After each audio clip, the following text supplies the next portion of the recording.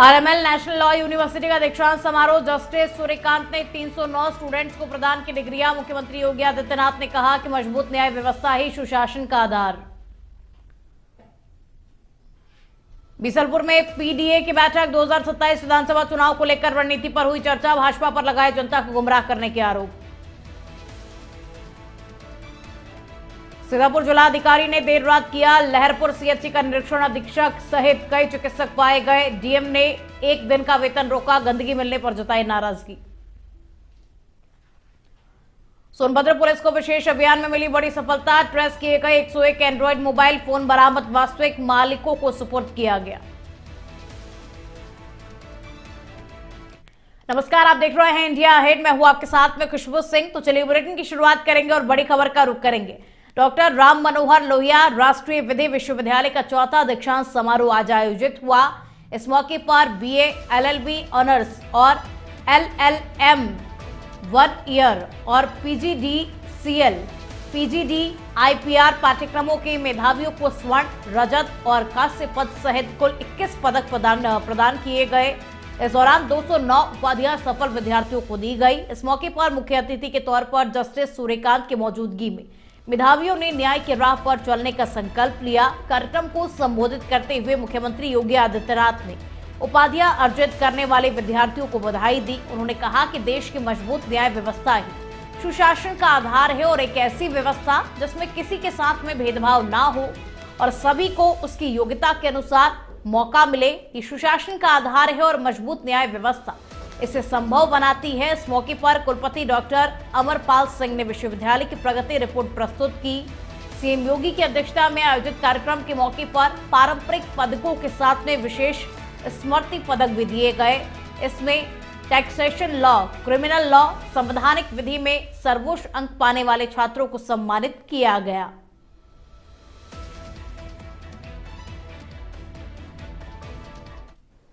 इन सभी उपाधि प्राप्त करने वाले छात्र छात्राओं को, जिन्होंने पीएचडी, एलएलएम, एलएलबी और डिप्लोमा की अपने उपाधि आज इस गरिमापूर्ण समारोह के अंदर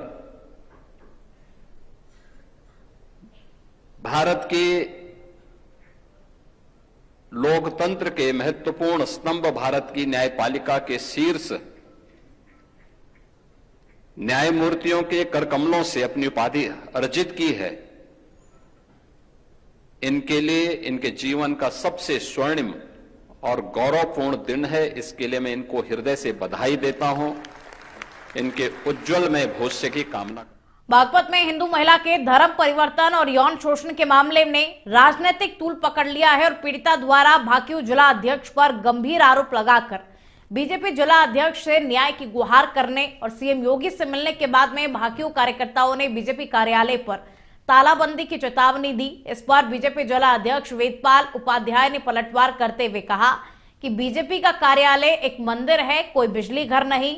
भाकियू ताला लगा देगी, किसी में दम नहीं कि बीजेपी कार्यालय पर ताला लगा दे। आओगे तो पानी पिला दूंगा। उन्होंने कहा कि योगी सरकार में किसी दोषी को बख्शा नहीं जाएगा और पूरा मामला बागपत शहर कोतवाली क्षेत्र का है, जहां पीड़िता ने लव जिहाद के तहत एक आरोपी समेत 12 लोगों पर धर्म परिवर्तन और यौन शोषण का मुकदमा दर्ज कराया था।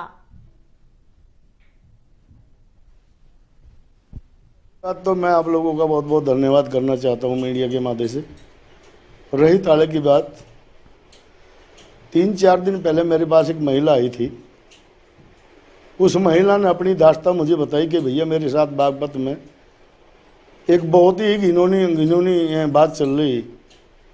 कोई शोरूम वोरूम बतागा कपड़े वपड़े का, उसमें लड़की वड़की जो कपड़े लेने जाती हैं तो मैं उसमें वहाँ अंदर जाकर अपने कपड़े निकालती हैं। वहाँ कैमरे वैमरे लगे हुए होंगे तो वहाँ कई आदमी जो हैं टॉर्चर जिसको बोलते हैं लव जिहाद, उनको नगन में हैं वो देख के उन्हें मतलब टॉर्चर करते हैं लव जिहाद के उसमें। और जो लड़की कोई शादी कोई शरीफ होती है उसको कहीं बाहर भी भेजने का काम करते हैं। तो मेरे आंसू आए खून में। मैं सुन के टंस रह गया कि बागपत हमारा बीजेपी का एक मंदिर है जिसको हम अपना कार्यालय बोलते हैं। इस कार्यालय में सुबह से शाम तक यही बैठता हूँ और हमारी नाक के नीचे यदि ऐसा हो रहा हो तो बिल्कुल तो बर्दाश्त नहीं करेंगे।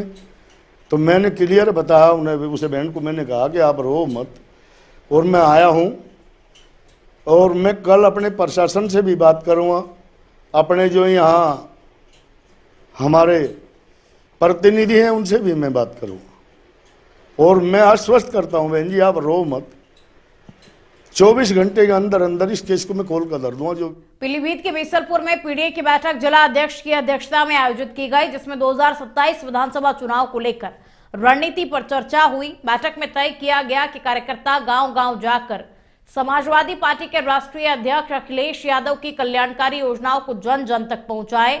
सपा महिला मोर्चा के राष्ट्रीय सचिव और पूर्व प्रत्याशी दिव्या गंगवार ने कहा कि कार्यकर्ता पार्टी की रीढ़ की हड्डी हैं, उनकी मेहनत से ही जीत संभव है। पूर्व नगर अध्यक्ष मुकंदर हयात खान ने भाजपा पर जनता को गुमराह करने के आरोप लगाए, जबकि सपा नेता हरपाल सिंह लोधी ने कहा कि पार्टी जिस प्रत्याशी को मैदान में उतारेगी उसे तन मन धन से जुटाने का प्रयास किया जाएगा। बैठक में मोहम्मद आरिफ, यूसुफ कादरी, गायत्री गंगवार, प्रदीप पटेल, नफीस अहमद सहित कई कार्यकर्ता मौजूद रहे।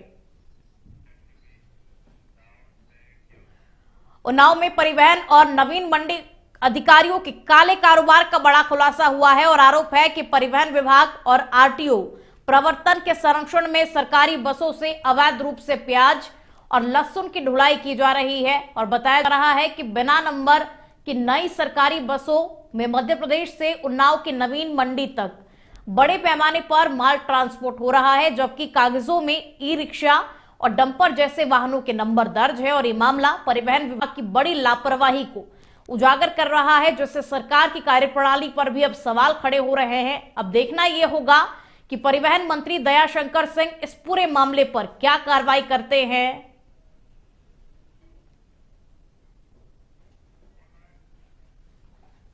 तो कागजों में ई रिक्शा और डंपर जैसे वाहनों के नंबर दर्ज हैं।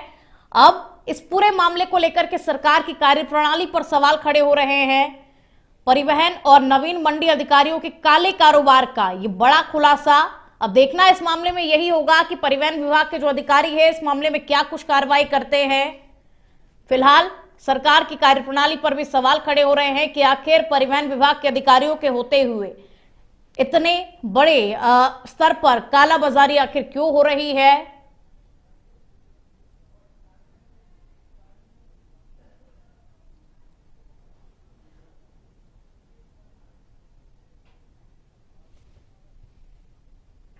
तो सरकारी बसों से अवैध रूप से प्याज और लहसुन की ढुलाई हो रही है। परिवहन विभाग और आरटीओ प्रवर्तन के संरक्षण में ये सारा कुछ खेल चल रहा है और कागजों में ई रिक्शा और डंपर जैसे वाहनों के नंबर दर्ज हैं। इस पूरे मामले को लेकर के सरकार पर सवाल खड़े हो रहे हैं कि आखिर सरकार के होते हुए इस तरीके के जो मामले हैं, इस तरीके की जो घटनाएं घटित हो रही हैं वो आखिर क्यों हो रही है। क्यों सरकारी बसों से अवैध रूप से इस तरीके से प्याज और लहसुन की ढुलाई हो रही है। परिवहन विभाग के अधिकारी जो हैं वो क्यों चुप्पी साधे बैठे हुए हैं। आखिर इस मामले में अब तक कोई कार्रवाई क्यों नहीं की गई।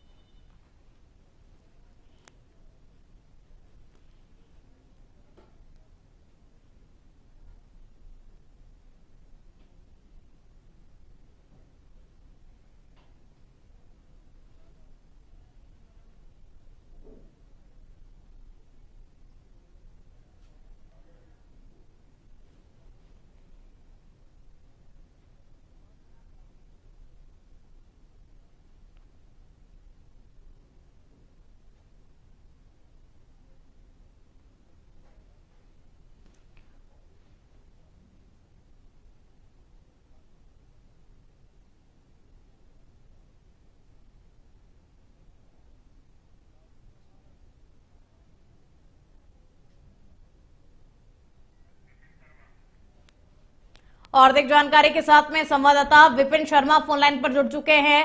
विपिन, परिवहन विभाग इस पूरे मामले में अब क्या कुछ कह रहा है?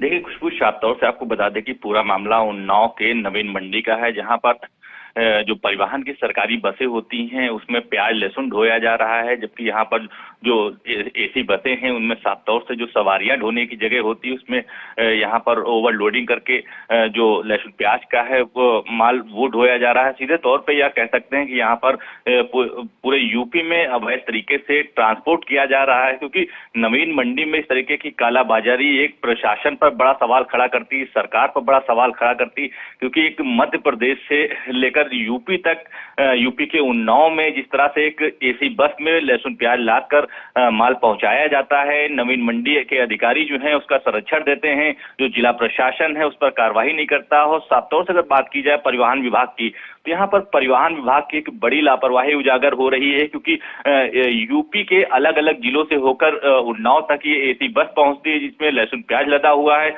और परिवहन विभाग के जो अधिकारी हैं, ARTO प्रवर्तक कह लें, कि अलग अलग जिलों के बॉर्डर को क्रॉस करते हुए उन्नाव तक पहुंचती है। कहीं न कहीं एक जो एंट्री का खेल चल रहा था उस पर एक बड़ा सवाल खड़ा होता है कि जो माफिया है, एंट्री माफिया परिवहन विभाग के, वो किस तरह के एंट्री को अंजाम दे रहे थे, और एंट्री माफियाओं के संरक्षण में इस तरीके के अवैध काले कारोबार चल रहे हैं जो नवीन मंडी में आज उजागर हुआ है। जी बिल्कुल विपिन, देखिए ये मिली भगत से पूरा खेल चल रहा है। बहरहाल शुक्रिया आपका इन तमाम जानकारियों को साझा करने के लिए।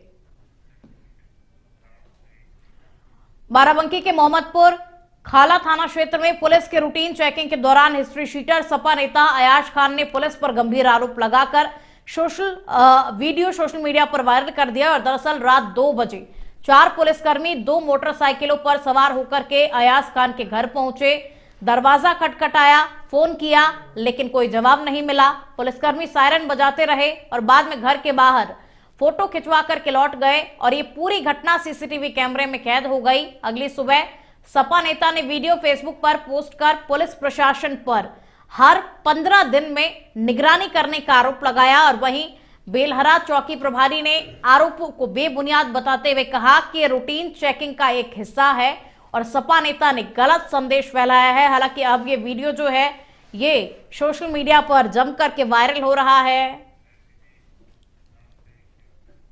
कुशीनगर में पुलिस और 25,000 के नामी पशु तस्कर राकेश कुशवाहा के बीच अहिरोली बाजार थाना क्षेत्र के बोदरवार मार्ग पर मुठभेड़ हुई। पुलिस की जवाबी फायरिंग में राकेश कुशवाहा के पैर में गोली लगने से वो घायल हो गया, जिसे अस्पताल में भर्ती करवाया गया। मौके से पुलिस ने एक तमंचा, कारतूस और बिना नंबर की बाइक और नकदी बरामद की है और घायल आरोपी पर कई थानों में पशु तस्करी गैंगस्टर एक्ट के तहत मुकदमे दर्ज है। और ये कार्रवाई स्वाट टीम, अहिरोली बाजार थाना पुलिस और कप्तानगंज पुलिस की संयुक्त टीम ने की।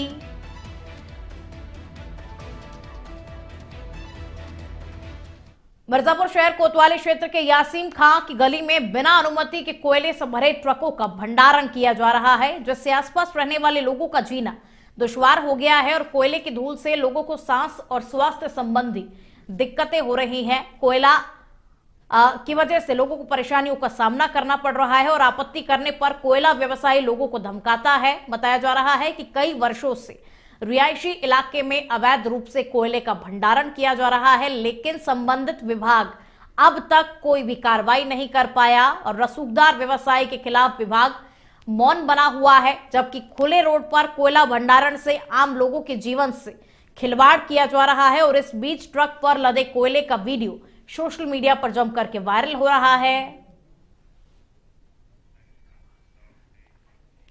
उन्नाव के शुक्लागंज स्थित गोपीनाथपुरम में भगवान खाटू श्याम मंदिर में देवउठनी एकादशी के मौके पर भक्तों की भारी भीड़ उमड़ी। इस दिन को बाबा खाटू श्याम का जन्मोत्सव माना जाता है और मंदिरों को फूलों और गुब्बारों से सजाया गया। राजस्थान की तर्ज पर बड़ी धूमधाम से बाबा का जन्मदिन मनाया गया। सुबह से ही श्रद्धालु लंबी लंबी कतारों में खड़े होकर के बाबा के एक दर्शन करने को नजर आए और देर रात तक चले कार्यक्रम में भक्तों ने केक काट करके भगवान खाटू श्याम का जन्मदिन मनाया। इस दौरान भक्ति गीतों और भंडारे का भी आयोजन हुआ, जिसमें हजारों भक्तों ने प्रसाद ग्रहण कर भक्ति भाव से उत्सव का आनंद लिया। हमारे यहाँ ये 3 साल पुराना मंदिर हो चुका है और 3 साल में यहाँ पर भक्तों का तांता लगा हुआ है और यहाँ पर भक्तों को बड़ी श्रद्धा से बड़े उससे आशीर्वाद दिया जाता है और यहाँ पर प्रभु की बड़ी असीम अनुकंपा है, जिससे भक्तों की सभी भी मुरादें पूरी होती हैं। इसलिए भक्त यहाँ पर बहुत तादाद में बहुत ज़्यादा संख्या में आते हैं और ये प्रभु की बहुत असीम अनुकंपा है।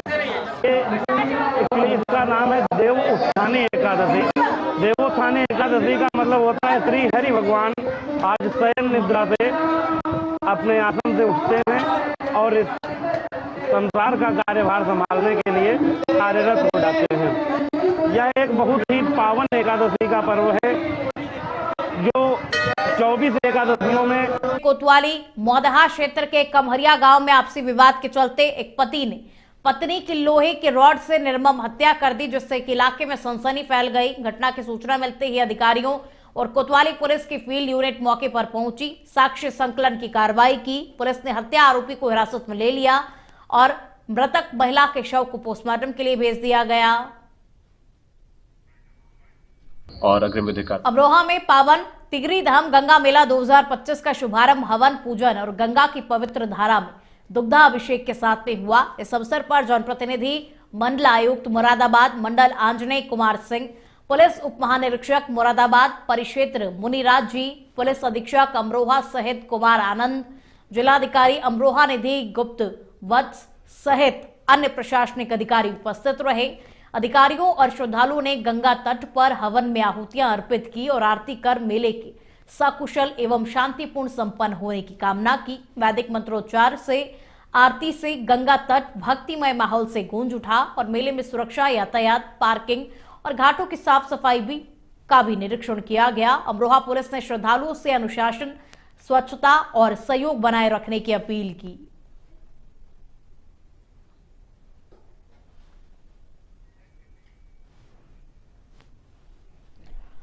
सीतापुर में जिलाधिकारी डॉक्टर राजा गणपति आर ने शनिवार रात करीब 10:30 बजे लहरपुर सामुदायिक स्वास्थ्य केंद्र का अचानक से निरीक्षण किया, जिसमें अधीक्षक डॉक्टर अरविंद वाजपेयी सहित कई चिकित्सक अनुपस्थित पाए गए। इससे नाराज डीएम ने अनुपस्थित चिकित्सकों का एक दिन का वेतन रोकने के निर्देश दिए और उपस्थित सीएमओ डॉक्टर सुरेश कुमार को स्वास्थ्य सेवाओं की जवाबदेही सुनिश्चित करने को कहा। निरीक्षण के दौरान डीएम ने इलाज के लिए आए मरीजों से सेवाओं के बारे में जानकारी ली और अस्पताल में गंदगी मिलने पर नाराजगी भी जताई। अचानक निरीक्षण से स्वास्थ्य विभाग में खलबली मच गई और डीएम लगातार स्वास्थ्य व्यवस्थाओं की जमीनी हकीकत देखने के लिए भ्रमण कर रहे हैं। सोनभद्र पुलिस अधीक्षक अभिषेक वर्मा के निर्देशन में साइबर अपराध रोकने और आमजन को तकनीकी मदद से न्याय दिलाने के लिए चलाए जा रहे विशेष अभियान में बड़ी सफलता मिली है। सर्विलांस सेल, एसओजी और जिले के सभी थानों की संयुक्त टीमों ने CEIR पोर्टल के माध्यम से ट्रेस किए गए 101 एंड्रॉइड मोबाइल फोन बरामद किए, जिनकी अनुमानित कीमत लगभग 11 लाख रुपए है और बरामद फोन को सभी कानूनी प्रक्रिया पूरी करने के बाद में रविवार को वास्तविक मालिकों को सुपुर्द किया गया। मोबाइल प्राप्त करने पर नागरिकों ने पुलिस की कार्यशैली की प्रशंसा की और सोनभद्र पुलिस के प्रति आभार जताया। मोबाइल बरामदगी का मोबाइल बरामद हुआ है, कितने मोबाइल बरामद हुई है और क्या कैसे बरामद हुई है? देखिए, जनपद सोनभद्र में भारत सरकार डीओटी मिनिस्ट्री की तरफ से एक CEIR पोर्टल विकसित किया गया है, पूरे भारतवर्ष में लागू है। इसी के क्रम में जनपद सोनभद्र में जो CEIR पोर्टल पे कंप्लेंट्स प्राप्त हुई थी, उन मोबाइल्स को रिकवर करके जो उनके ओनर्स हैं उनको आज यहाँ पे पुलिस लाइन में दिया गया है। इसमें लगभग 101 फोन बरामद किए हैं हमारी एसओजी टीम ने और थाना पुलिस ने, जो आज लोगों को यहाँ पे दिए गए। इनकी कीमत लगभग 11 लाख रुपए है। इसमें CEIR पोर्टल पे ज्यादा से ज्यादा हम चाहते हैं लोग कंप्लेन करें और ज्यादा से ज्यादा लोगों के मन में जागरूकता होना चाहिए CEIR पोर्टल के लिए। उसमें हमने सभी थानों पे, सभी चौकियों पे इसके पोस्टर भी लगवाए जिससे लोग आसानी से कंप्लेन कर सकते हैं। चोरी के मोबाइल किस तरह बरामद हुए? इसमें कुछ फोन हैं जो शायद चोरी के हैं और कुछ फोन ऐसे हैं जो शायद गुम हो गए थे। जो चोरी के फोन हैं उन अभियुक्तों की भी। पीलीभीत के अमरिया ब्लॉक के कटमठा गांव में मशहूर सिंगर गुरदास मान पहुंचे, जहां उनके गानों पर दर्शक झूम उठे और हजारों की संख्या में पहुंचे लोग उनका स्वागत कर रहे थे। इस अवसर पर किसान नेता राकेश सिंह टिकैत ने कहा कि किसानों को नेतागिरी छोड़कर अपनी किसानी पर ध्यान देना चाहिए। गुरदास मान ने दर्शकों की मांग पर अपना लोकप्रिय गाना दिल दा मामला भी पेश किया, जिससे लोग और अधिक उत्साहित हो गए। ऑस्ट्रेलिया से आई महिला परम कौर ने भी खुशी व्यक्त की और गुरदास मान के कई गाने सुनने के लिए वो यहाँ आई है। और इस मौके पर ब्लॉक प्रमुख उपकार सिंह, सितारगंज नगरपालिका अध्यक्ष सुखदेव सिंह, पूर्व ब्लॉक प्रमुख पलविंदर सिंह और सरदार जस्सा सिंह सहित कई गणमान्य लोग मौजूद रहे। गुरदास मान जी का बहुत बहुत धन्यवाद जो यहाँ पे आए हैं। उन्होंने इतनी सारी संगत के लिए गाने गाए और हम तो उन्हीं के गाने सुनते हुए बड़े हुए हैं। आज उनको सामने मैंने तो फर्स्ट टाइम ही देखा। It was a very good performance. Gurdas मान जी का बहुत बहुत धन्यवाद जो गोरखपुर में विमेंस वर्ल्ड कप क्रिकेट को लेकर के उत्साह चरम पर है, जहां रेलवे क्रिकेट स्टेडियम में कोच से लेकर छोटे बच्चों तक सभी टीम इंडिया की जीत की कामना कर रहे हैं। और स्थानीय क्रिकेट प्रेमियों का कहना है कि अगर भारत टॉस जीतता है तो पहले बल्लेबाजी करनी चाहिए ताकि साउथ अफ्रीका पर शुरू से दबाव बनाया जा सके। स्टेडियम में भारत जीतेगा, हमारी टीम सबसे बेस्ट है जैसे जयकारों के साथ में पूरा शहर टीम इंडिया के समर्थन में एकजुट दिखाई दे रहा है। कहते हैं हिंदुस्तान में क्रिकेट किसी धर्म से कम नहीं होता, और जब खास तौर पे हिंदुस्तान का मैच होता है। आज वोमेन्स फाइनल मैच है और इंडिया तीसरी बार फाइनल मैच में पहुंची है, और हम इस समय गोरखपुर के रेलवे ग्राउंड पे मौजूद हैं जहां हमारे साथ कई उभरते हुए प्लेयर हैं, बच्चे हैं। आइए हम उन बच्चों से बात करते हैं। आपका क्या नाम है? शिवांश पांडे। ये जो इंडिया की टीम आज फाइनल में गई है उसको आप किस तरीके से देखते हो? सर ये टीम बहुत ही अभी इस बार की बहुत टीम अच्छी बनी है और बहुत अच्छा खेल रही है इस बार की टीम। हमारी टीम ऐसा आशा करता हूं कि हमारी टीम फाइनल जीते और अच्छे से खेले। आज बहुत अच्छी टीम है हम लोगों की इस बार की। ये देखिए एक नन्हा मुन्ना बच्चा भी है जो कि मैं देख रहा हूँ काफी देर से प्रैक्टिस कर रहा है। हम इससे बात करते हैं। आपका क्या नाम है? शिवान सिंह सिनेत। आज इंडिया की टीम फाइनल में गई है, तो आप कैसे देखते हो उसको? इस बार इंडिया की टीम तीसरी बार फाइनल में गई है और बहुत अच्छे प्लेयर को नहीं लिया गया है, पर तब भी अच्छी टीम है। और साउथ अफ्रीका पहली बार फाइनल में गई है, इसलिए वो थोड़ी दबाव में रहेगी इंडिया से। इन बच्चों के साथ इनके कोच भी हैं, आइए हम उनसे बात करते हैं। सर आज इंडिया की टीम फाइनल में गई है, उसको आप कैसे देखते हैं? जीतेगी, बिल्कुल जीतेगी और आज हिस्ट्री क्रिएट करेगी वो। और क्या टॉस होने के बाद इंडिया को पहले बैटिंग करना चाहिए या फील्डिंग लेना चाहिए? हमारे ख्याल से बैटिंग करेंगे तो अपर हैंड का अच्छा रन बना देंगे, तो फिर वो अंडर प्रेशर में खेलेंगे क्योंकि फाइनल मैच है, इसका कुछ प्रेशर अलग होता है। देखिए आप देख सकते हैं पीछे बच्चे नारा भी लगा रहे हैं और आज उम्मीद करते हैं कि इंडिया का जो फाइनल मैच है, इंडिया तीसरी बार फाइनल में गई है तो ट्रॉफी हमारे देश में लेके आएगी। आप बने रहिए इंडिया अहेड के लिए। गोरखपुर से कृष्णा चतुर्वेदी की रिपोर्ट।